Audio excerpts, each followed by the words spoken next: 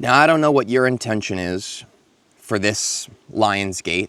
As a matter of fact, I'm making this video right today is the Lion's Gate portal. Hopefully I get this video up in time for you guys, but this is the actual day for me in my reality. Now, I don't know what your intention is. A lot of people have intentions on the Lion's Gate portal, and they like to focus and use this energy that is present today to quantum leap, usually in the direction of some kind of manifestation we've been walking towards for a while now. You've attracted this video, you're here and you're listening to this, so I know that there's something present in this video that yields itself beautifully to what it is that your intention is. Now, this Lion's Gate portal is expanding each of us, every single one of us. Your human ego intention and what you want out of it aside, we are being expanded. But I wanted to ask you some questions that, again, I know if you're here, you've called this forth for a reason. So whatever these questions bring up in you, I believe is going to be absolutely perfect for what it is that your higher intention for this Lion's Gate portal really is. And if you're seeing this video after the Lion's Gate portal, understand that you attracted and called this message forth at that time for a specific purpose too. And understand that the energy of the Lion's Gate portal is so large and so profound that we experience the ripples of this energy for weeks to come. So it doesn't matter what time you're seeing this video. I just want to let you know that. Now imagine a fresh apple, really good juicy apple. I want you to imagine that very clearly right now. And this will make sense to you why I'm asking you to do this in a moment. I want you to just imagine that. And as you imagine it, you may actually begin to almost kind of taste the apple in your mouth, the sensation of it, the flavor. That thinking about that apple is referencing all of your past memories of having had a really good, juicy apple. So your body, your brain, your physiology is literally remembering and pulling from all these past experiences what the taste of an apple is like, what it feels like, what is the vibe of it. Now, just because you're tasting it and experiencing those sensations right now in this moment from those past memories to be extremely real, we would both agree that you are not actually eating an apple right now. Imagining that you're eating an apple is not the same thing as actually eating an apple. And you know, it's the same thing with you, with who you really are. I want you to think about your identity. Who are you? The interesting thing is it's just like the apple. All these things that you've experienced in your life that give you a sense of identity, that give you a sense of feeling real. Again, you are thinking about yourself, you're experiencing sensations, you're experiencing emotions, feelings, your physiology is firing off, certain receptors in your brain are doing their dance. Even though they feel real, just like it feels real to taste the apple in your mouth when you imagine it vividly, does not make it real. Imagining yourself eating an apple is not the same thing as an apple. And imagining who you are, thinking about who you are, feeling all your past experiences and putting them together as a sort of identity is not you. Are you following? Now, here's the next analogy I want to make for you that I personally know is extraordinary transformation able to be had in your life.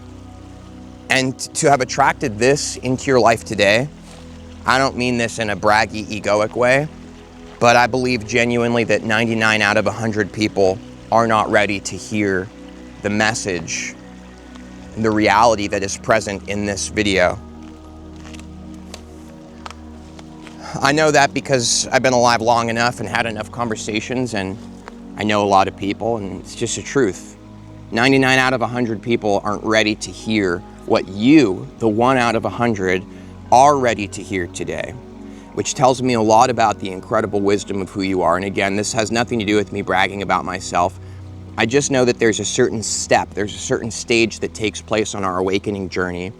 And once that happens, something within you changes and transforms forever. And I'm excited to be part of this and share this with you here today, because it truly is profound. Here's the next analogy. If you were freezing cold outside in the snow in the winter, imagine it. You're outside freezing cold and you're wet. And you're begging for warmth. If I walked up to you and handed you a picture, like a literal printed out digital picture of a fire, would that give you any warmth at all? No, it wouldn't, because it's just a picture of a fire. It's not a fire, it's a picture of a fire. In this same sense, what so many of us are doing without even consciously realizing is we're formulating an idea of ourselves. It's based on feelings, sensations, past experiences, just like imagining eating an apple, but it's not the same thing. That is not who you are. It's just an idea. Now, clinging to that idea, letting that idea influence who you are right now in this moment and how you drive the car of your life, so to speak, the way you steer, the way you express yourself, the way you feel about yourself, basing this off of that picture you formulated about who you are is like being outside on a freezing cold night trying to warm yourself with only a picture of a fire. It's time to experience the real fire. It's time to know who it is that you really are. And it's time to drop all the BS stuff that you've been clinging to. And I don't mean this in an aggravated sense. I'm not trying to make you feel bad about yourself, because again, I mean this. I'm not just saying this to fluff you up and talk you up.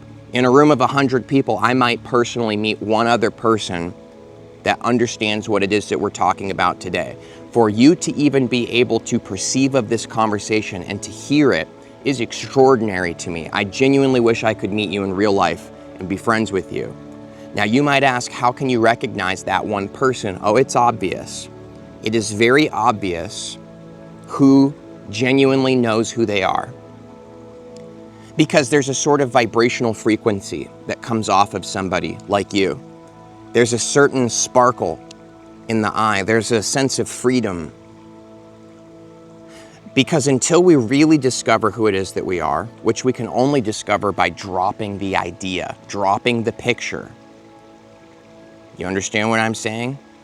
Again, thinking about an apple is not the same thing about actually having an apple. So we need to stop thinking about ourselves. We need to stop formulating ideas or trying to figure out who we are, because trying to figure out who you are is the same thing as trying to warm yourself with a picture of a fire on a cold night. It will not work. So how do we come to terms with who it is that we really are? It's very simple. Many people around you, and likely you've experienced this in your life too, I'm almost certain of it, I know I have. Here's the interesting thing. Most people are seeking sensations and feeling states. People are seeking feelings, seeking experiences, seeking relationships and interactions that cause them to feel real and justify their sense of self. Okay, we might want to go to events or parties or get-togethers and interact with a lot of people and feel ourselves there and hear the music and feel the shifting feeling and emotion within us. Okay, I just went to an event last night and I was very present there and I was witnessing a lot of extraordinary things. It's so clear to see, and I don't mean it in a judgmental sense, that there's a sort of unconscious ego story part of us that wants to feel real, that wants to feel sensations, that wants to be high, that wants to raise the vibration, be higher and higher, feel more and more amazing.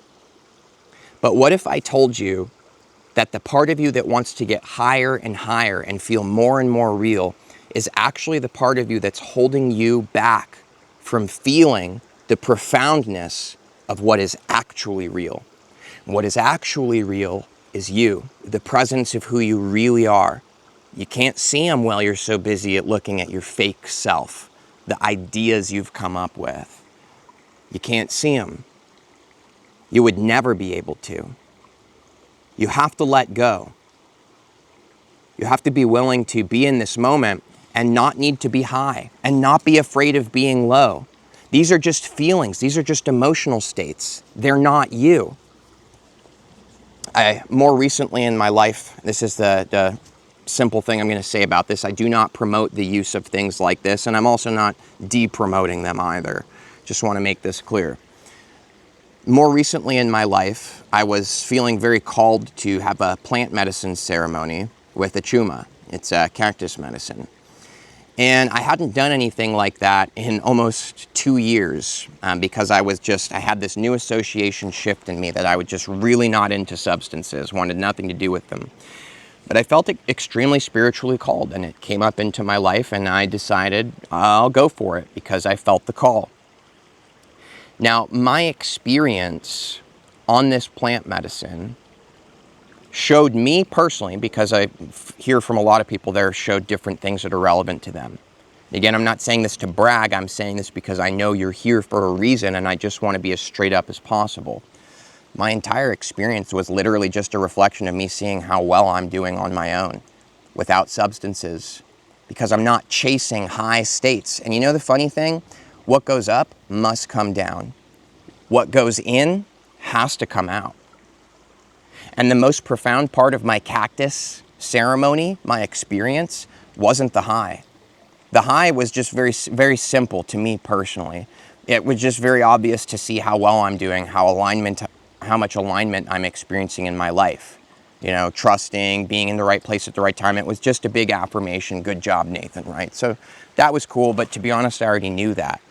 The real profound lesson came to me when I began to become low after the experience. Because I promise you, a fundamental law of reality, what goes up must come down. It's just the way it is. And as I came down lower and lower and my body was exhausted, I needed to rest for days, and I was feeling sort of, you know, this sense of having had come down, that's where the real profound message came to me. That's how I know I was called to do it. I wasn't called to be on the cactus. I was called to see, again, clearer and clearer, that the part of us that seeks to be high or to learn new things or to understand, the part of us that wants to know everything, that seeks out these high experiences, these sensations, these visuals, these hallucinations, the part of us that seeks that wants to know. They want to know. But I've discovered something that I believe if you're willing to consider it genuinely, you may feel it to be true as well. That real power comes to us in our life, not when we try to know, but when we allow ourselves to be in the mystery of not knowing, not needing to know, being okay with who we are right now in this moment, not trying to make sense of everything, but just appreciating everything. Real power doesn't come to us when we're trying to be in the know of knowing and understanding everything. Even about knowing who you are. If you're trying to figure out who you are, you're not in the power position. If you're willing to just be no one and have no idea about who you are, this is a funny thing. This is when who you are becomes extremely clear to you. Because now you are in the moment. You're not thinking about an apple. You're here, and you're seeing the fruits that are actually here in this moment. You see, who you are right now today is brand new. And you cannot base who you are right now off of the last few years of your life or yesterday. You cannot base who you are off of what you're thinking or what you're feeling. You know, I see some people, and I'm raising my hand because this used to be me, it's the only reason I can have this honest conversation, who are so attached to these high states, they just want to be high all the time. They're constantly trying to raise their vibration, whether it be, you know, plant medicines, drugs, music, social events, dancing, you know, there's nothing inherently wrong with any of these things. I want to make clear, I'm not against these things. What I am also not against, but just witnessing very obviously, is that the part of us chasing those things is the part of us that is lost, that is tricking us into thinking that we're lost. Because the truth is, you're not going to find yourself over there. You're right here. The real power in life doesn't come to us the higher we get. It comes to us the more we surrender that need to be high. And we're just willing to be here right now. Not trying to assert who we are to life, not constantly trying to emanate these intentions of I'm going to control my reality. So many people are doing that. They're trying to control their lives. I promise you, the most stress, the most pain, the most resistance I've ever experienced in my life came from me trying to create my reality. Funny thing, you just let go, you just surrender, you just be here in this moment, authentic. You're not chasing anything. You're not trying to get anywhere other than where you are right now.